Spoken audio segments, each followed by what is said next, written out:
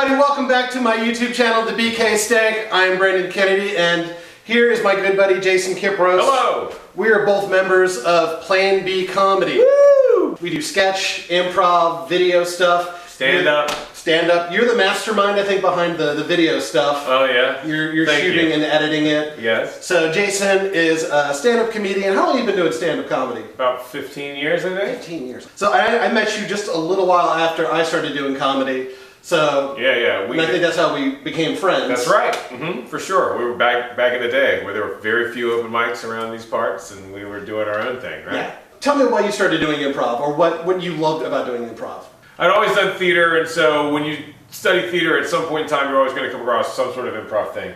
Then I remember watching Whose Line Is It Anyway on TV when that came out, like when I was in high school. Right. It was super cool. Started an improv club at my high school. Oh, wow. And then I ended up moving to Los Angeles. When I was in Los Angeles, I saw the Groundlings were having auditions to take classes because that's the way they did it. And I was like, okay, well, I'll check it out. Yeah. I heard about them. So I started studying with the Groundlings and went through their class. And what I love about doing improv is that it just keeps you on your toes. It really makes you listen.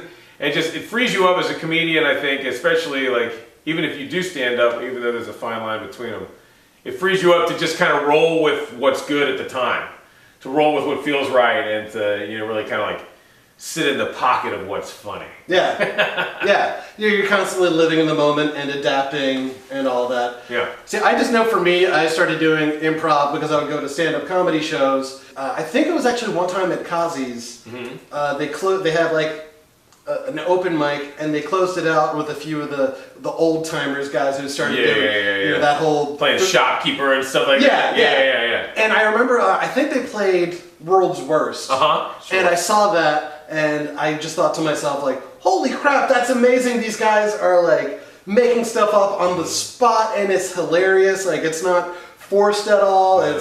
I don't know. I think I started doing that. I started doing the Cinema Cafe shows with Dan Ellison. And I started working with you guys, and I've learned a lot. And I really love improv because I feel like stand-up comedy, you're writing stuff, and then you workshop it, and then there's just this constant development to a point where you have a joke that you can pretty much tell by muscle memory, right. And you can kind of analyze the scene around you and kind of maybe add stuff or take stuff away, just kind of feel the room out, but you have all this there's an expectation that you know how it's going to go. Right. But with improv, you can be terrible. Right. And that's okay. So long as the whole show isn't terrible. Which you're speaking almost from the audience's perspective, right? Because that's what I think. Because it's true. When we do our shows, we'll have sketches and we'll have improv, we'll have stand-up, we'll have videos, and the audience, if it's a sketch or stand-up or video, all right, you got to work on this.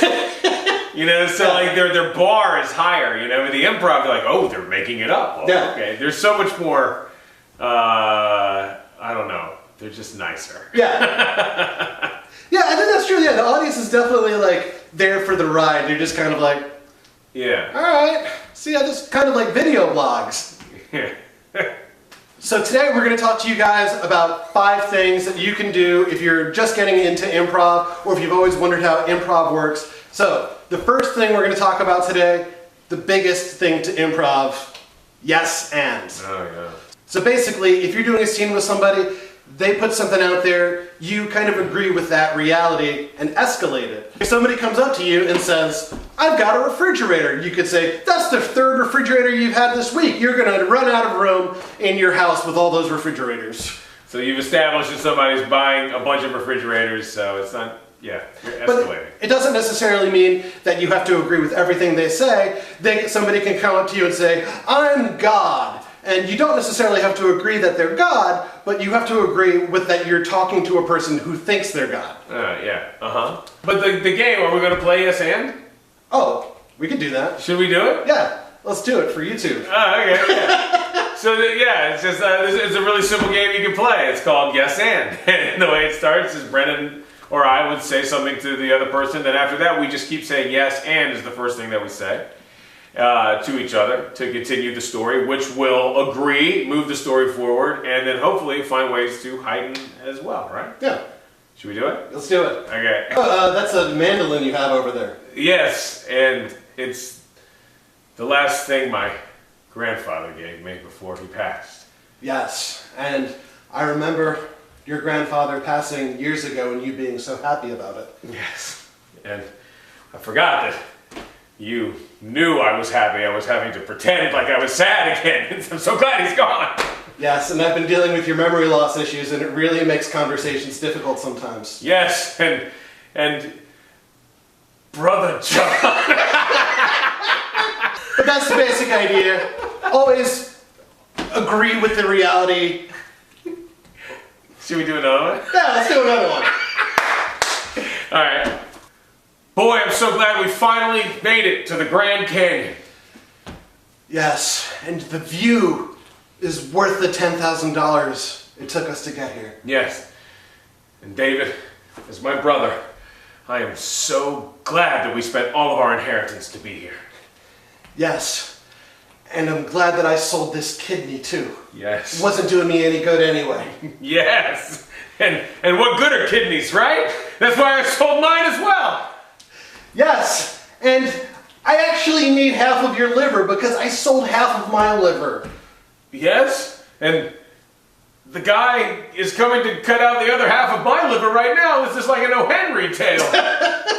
Yes, and look at that view. That's yes and. Obviously, there are people who have played it better, but if you saw what we were doing there, we were trying to listen to what the other guy was saying and add a little bit more information each time. It got a little weird. Improv gets weird sometimes. So the second rule that I think really makes improv great is have a relationship.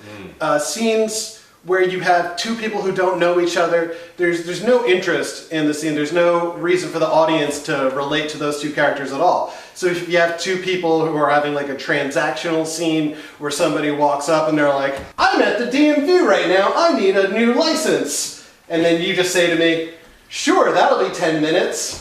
That's not going anywhere. That's kind of awful. You want to have, if you guys watched what Jason was doing just kind of out of instinct, when we were playing Yes and, he automatically gave us relationships. I was a friend of his who was also aware of his grandfather in one of those Yes and games.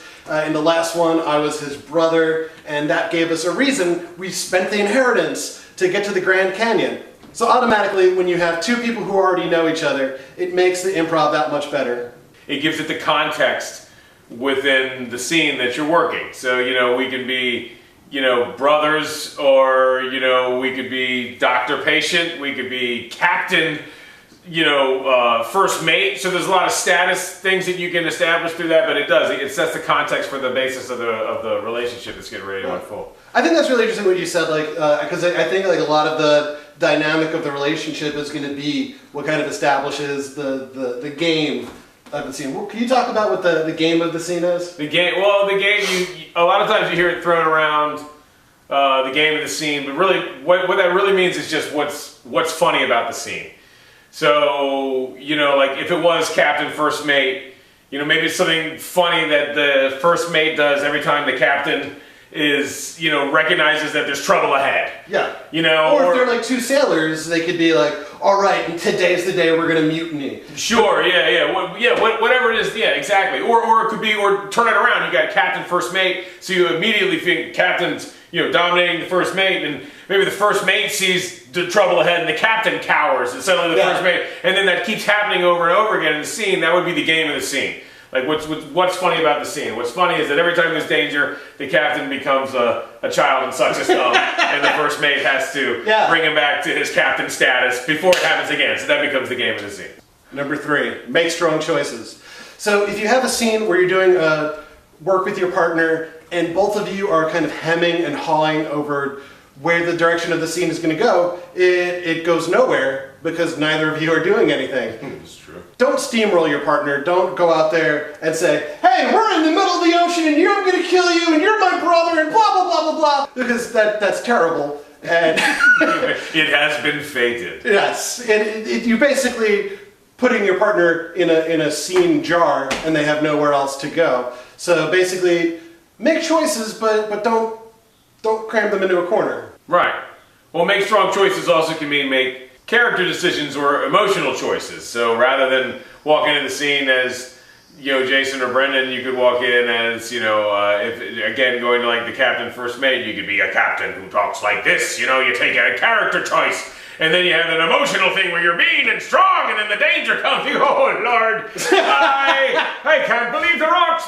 They remind me of me granny and her gin. So I don't know. So those could be strong choices too. It would be a character decision or an emotional point of view when you enter into a scene as well. Because and if people don't make decisions, here's how it can go.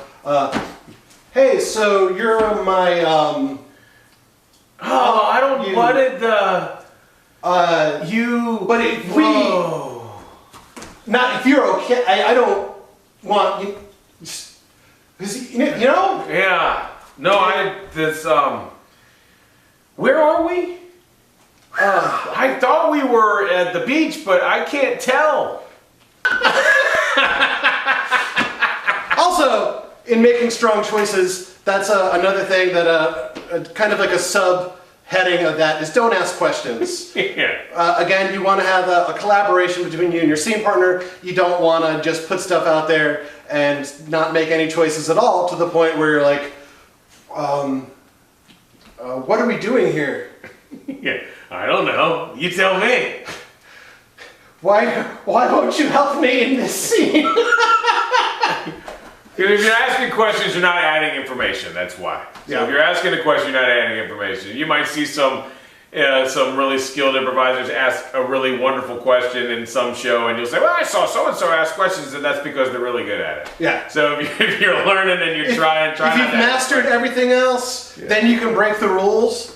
But if you don't know what you're doing, then try to stick to the rules. I think it's kind of like Picasso, Sure. Before he started doing cubism and all that weird shit, he actually learned how to be like a really good traditional photorealistic artist.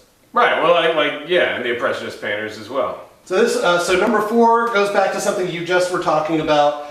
Have a character. Sure. It's a lot more interesting to watch. The audience enjoys it, and it kind of helps put you in the right frame of mind to commit to the reality that you're in. If I come out there, hi, I'm just Joe Blow off the streets. I'm Brendan Kennedy. Yeah, much stronger if he comes in as just a character, anything, and just whatever just changes it up for a bit. So try, and be. My name is Tex Shoot'em. And what happens when he comes in as Tex Shoot'em? Then if he speaks first, then it can even help me to be, oh Tex, what do you know? Yeah. So it can help your character out, and it also just makes the scene fun, and it makes the audiences excited to see somebody do something. You got to remember, man, when you step on stage, people are already pumped to see you step on stage. So if you can take a risk, it's already a risk, I guess, stepping on stage. So you can add another risk on top of it by a character choice or something like that. It's just going to endear yourself to the audience even more, I think. And then also, I think a part of comedy, often in sketch and improv, is you either have a normal person in an odd situation, or you have a weird person in a normal situation. True, yeah. And so if, let's say you have a bunch of accountants going over the numbers, and then Tex Shoot'em, accountant at law, comes in and how them numbers looking?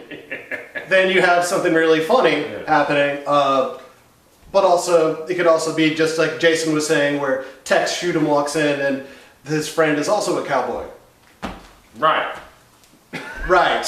Wait, that's it. You're right. It's just that juxtaposition of above regular stuff, right? You have an office full of Tex Shoot'ems and one guy that's the normal guy. Yeah. And that becomes then you're talking about the game of the scene is how this normal dude interacts with all these crazy people versus how a bunch of regular people interact with one crazy person. But so there they are right there. Yeah. So tip number 5, don't try to be funny. This sounds completely asinine, and we're saying hey guys, do you want to do improv comedy? Well, don't try to be funny. Yeah. It's the hardest thing to hear, I think, for people that want to do improv comedy. Yeah. So basically, if you're doing all the things that we talked about before, if you're saying yes and, if you're having relationships, if you have a character, if you're making strong choices, you've already done 90% of the work. Just exist within the reality that you've established, and funny will happen. Yeah. Don't try too hard to be funny. It can come across real bad. Yeah, it looks really desperate, and if you're just, it takes away from all the stuff you did to build that scene together. And just, if you're listening, if you're doing everything that you're supposed to, the game of the scene is going to be what's funny, the joy of the scene, if you will. Yeah. So don't try too hard. A lot of people who do stand up, they have that impulse to go for the punchline, to go for the kill, to try to make the scene about them. But that's not what improv is all about, really. No, it's about making your scene partner look good, right? It's about working together, saying yes and what your scene partner says. And the other thing about trying not to be funny too is that like it also kind of, if you're trying to be funny, you're probably not listening is the idea. Yeah. Like and letting the scene develop the way it is. Like rather than let the scene be the crazy guy in the accountant office or whatever with the normal accountants, and let it just play out rather than trying to make a bunch of accounting jokes. Right.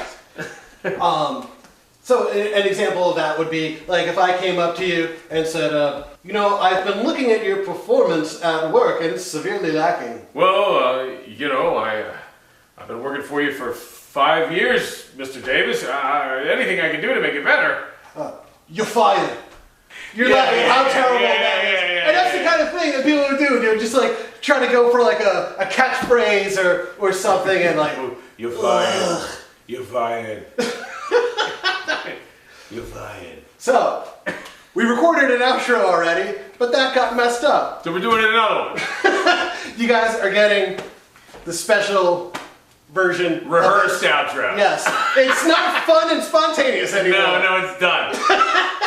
Alright everybody, thank you for watching this video on my channel, The BK Stank. Thank you for Jason Kipros for doing this. Tell them again where to go to the website. Oh yeah, definitely. Check out planbcomedy.com. You can find out everything there. There's great pictures of the group and a little information about us, as well as a list of our illustrious alumni living all around the world in the country. You can see upcoming show dates. You can find out how to book us for private parties or workshops, or just come and play a big old club. And then also you can see videos that we've done, a lot of the video work that we have featuring Mr. Brendan Candy right and here. You have all the videos that we've done on YouTube already. That's right. We have it's on YouTube. We're Plan B Improv. That's our handle on YouTube. But there's a link to all that on the Plan B Comedy website, planbcomedy.com. planbcomedy.com. So guys, if you like this video, thank you very much. Go ahead and comment in the discussion below.